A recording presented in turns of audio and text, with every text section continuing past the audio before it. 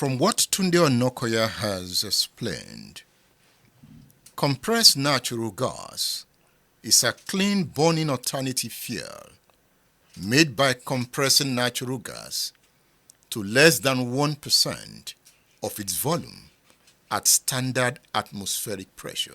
Yes. It is primarily composed of methane, and it is considered one of the most environmentally friendly fuels available. Yes. It is extremely environmentally okay. If you want to look at what methane is, so what comes out of, even if you gather waste, that is biodegradable waste, we're talking about your banana peel, orange peel, and all forms of fruit waste, and you put them in a dump site where you can allow them to compost, the gas they give off is methane. That's natural gas. And that is why some people are able to convert animal waste and human waste into methane and use it to cook in their house. What we call biogas. Biogas. That's what it is. That's natural gas. Interesting. That's natural gas. We have it in abundance. And it burns so clean. Yes, it is. It burns. You see the blue flame. Yeah. And it burns very efficiently. That's it. We have it. So that is what we want to use for our vehicle. That's what we want to use for our vehicle.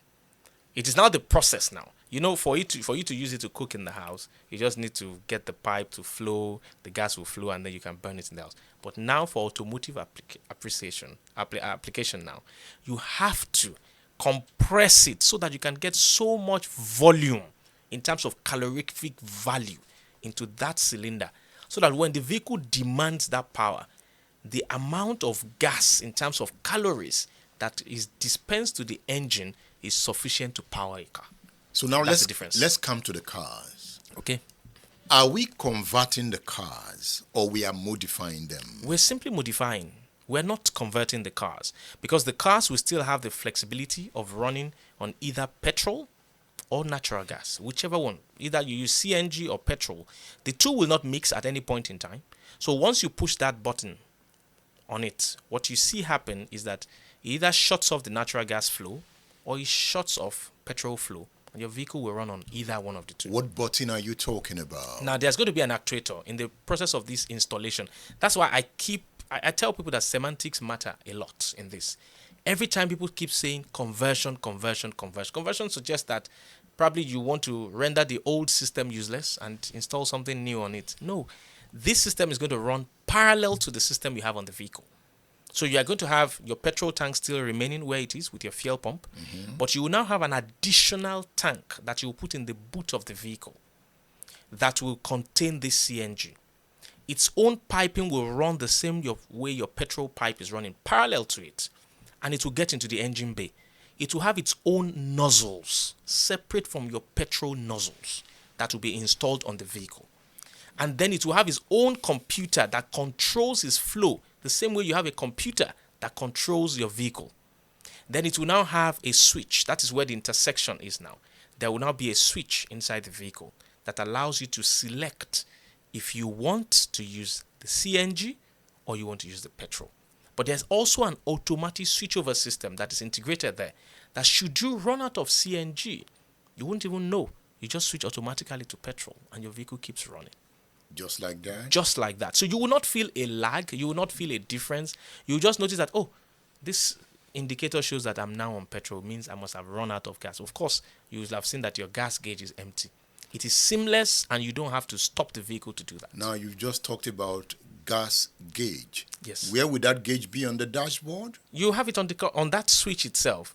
There are going to be indicators on it that shows the level of gas you have in there. So where do you place the switch? The switch is going to be close to the driver, where you can just like you push any other switch, the driver's switch, you push your defroster, you just got to have something similar, small switch right there that shows you all this. Who does this? Of course, there's somebody that is trained to do that. You have to be trained to know how to do this safely, effectively, and efficiently. Once you are trained, you can do that.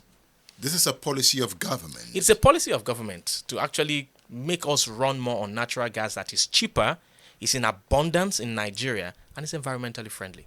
So that's what it is. When you say abundant, Yes. where? From where?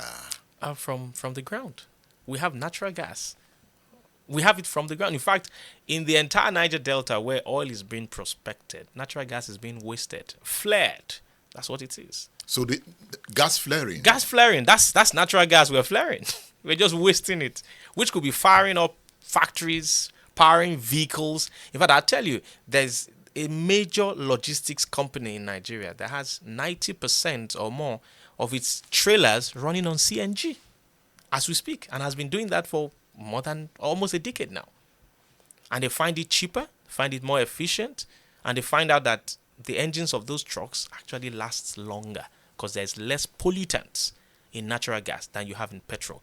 Don't forget, the quality of petrol that is imported into Nigeria is still a problem.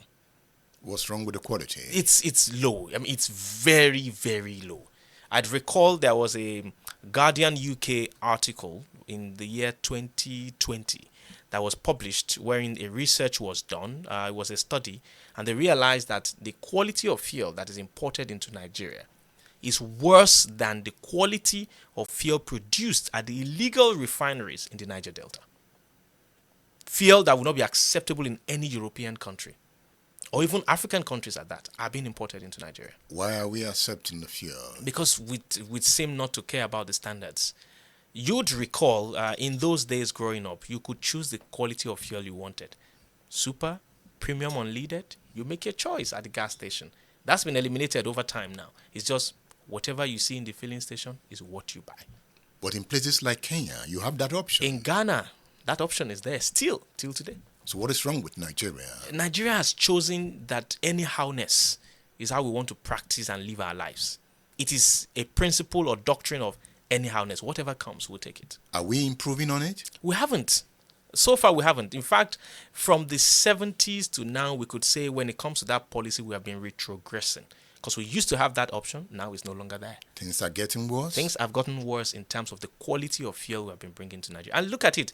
There was a time, it could be 2021 or I can't recall now, where there was adulterated fuel, quote unquote, that came into Nigeria, ruining people's vehicles, ruining people's finances, because a lot of vehicles went down in that process and they really messed up vehicles. In fact, I'll tell you, I'd say conservatively about 50% of vehicles we still fix in the workshops still today are dealing with field-related problems.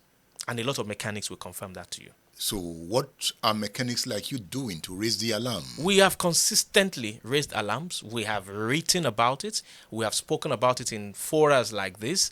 But it just seems like we're not ready for it yet as a people. Because I would say right now, there is no reason for which Nigerians should not be consistently protesting now and asking questions. What quality of fuel is being imported into Nigeria, especially that we are paying premium for that fuel right now? This is the time to ask those questions. We are paying premium. We are. For bad fuel. For bad fuel. That's the question. So every time they say fuel is so cheap in Nigeria, I ask the question, what grade of fuel are we talking about? People buy brand new cars in Nigeria today and drive it for 6 months, 1 year, and they are beginning to have fuel-related issues on those vehicles. Sometimes we open up the tank of vehicles, we take the fuel pump out, and it is totally damaged. And what is damaging it? Simple. Fuel quality. People are having issues of check engine light on their vehicles today, which they normally would not have if their catalytic converters were working well and the oxygen sensors were performing well. What is fouling these catalytic converters? Quality of fuel. People are replacing spark plugs at 10,000 kilometers or less today, when some iridium spark plugs could do 100,000 miles on vehicles. But in Nigeria, it cannot, because that spark plug will overheat, because the quality of the fuel being used is not cooling that spark plug down as it's supposed to. So it is a myriad of problems that people are facing that are fuel-related issues in Nigeria, and we don't know. And I will say that from my experience, I have driven across West Africa, and I have bought fuel into my car in Nigeria and in some other West African countries. And every time I buy fuel in those West African countries and drive my car, I notice the significant difference in the performance of my car.